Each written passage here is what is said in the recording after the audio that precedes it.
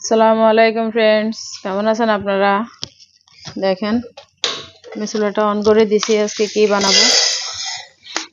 আমি একটু সাবুদানা নিয়েছি, হালকা একটু টেলে নিব, অত বেশি টালবো না, যেন ঝরঝরে থাকে, কাঁচা গন্ধটা চলে যায়। সেই জন্যে অল্প একটু টেলে নিব, কয়েক সেকেন্ড ব্যাস। আমি এখন এখানে পানি দিয়ে দিব। পানি দিয়ে এগুলাকে সিদ্ধ করে নিব। দেখেন ফ্রেন্ডস, এই যে আমার সাবুদানাটা হয়ে গেছে। এখন আমি এখানে একটা স্ট্যান্ডার নিয়েছি, স্ট্যান্ডারের ভিতরে সাবুদানাকে ঢালবো, ঢেলে গোটা দানাগুলো রাখবো আর বাকি পানিটা ফেলে দিব। এখানে আমি ঢেলে, দেখেন এই যে এখানে পানিটা ফেলে দিছি। এখন আমি এগুলাকে আবার এখানে দিয়ে দিব। দেখেন ফ্রেন্ডস, এই যে দানাগুলো রেখেছি ওখানে আমি দুধ দিয়ে দিব। আপনি যতটুকু বানাবেন, যতটুকু ডেজার্ট করবেন, ঠিক ততটুকু দুধ দিবেন। এখানে আমি চিনি দিয়ে দিব। দেখেন অনেকগুলো চিনি দিয়েছি, চিনি দিয়ে দিছি আমি এখানে। এখন ভালো করে জাল করে এগুলোকে ফুটিয়ে নিব।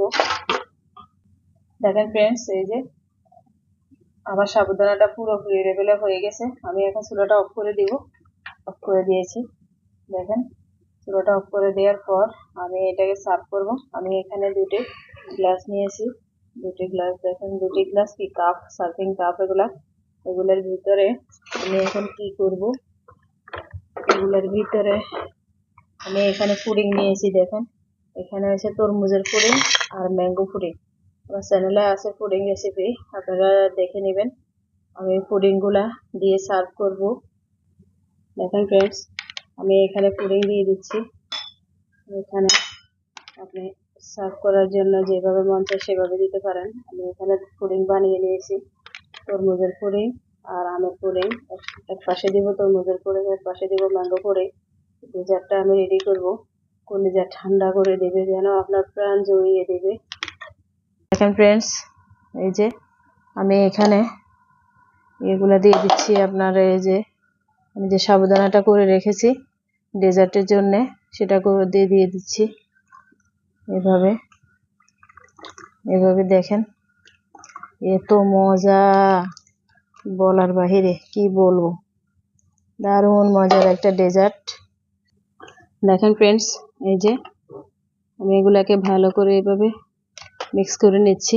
মাশাআল্লাহ, দেখেন দেখতে কতটা লোভনীয় লাগছে, খেতে তো আরো বেশি মজা লাগবে। আমি এখানে কালার ভেরিয়েশনের জন্য একটু দিয়েছি, কয়েক পিস দিয়েছি লালগুলা, আর বাকিটা ম্যাঙ্গোর। দেখেন কতটা সুন্দর লাগতেছে, কি বলবো। এভাবে একটা ডেজার্ট বানিয়ে আপনি 2 দিন 3 দিন ভরে নরমালি রেখে খেতে পারবেন। কতটা টেস্টি, কতটা সুস্বাদু, এটা একদম মানে অন্যরকম। দেখেন, যারা শুরু থেকে আমাদের ভিডিওটা দেখেছেন সবাইকে অসংখ্য ধন্যবাদ। ভালো লাগলে একটা লাইক করবেন, কমেন্টস করবেন, শেয়ার করবেন। আপনারা এইভাবে বানিয়ে খাবেন, আমাদের চ্যানেলটা সাবস্ক্রাইব করবেন। আপনারা সবাই ভালো থাকবেন, সুস্থ থাকবেন। আল্লাহ হাফিজ।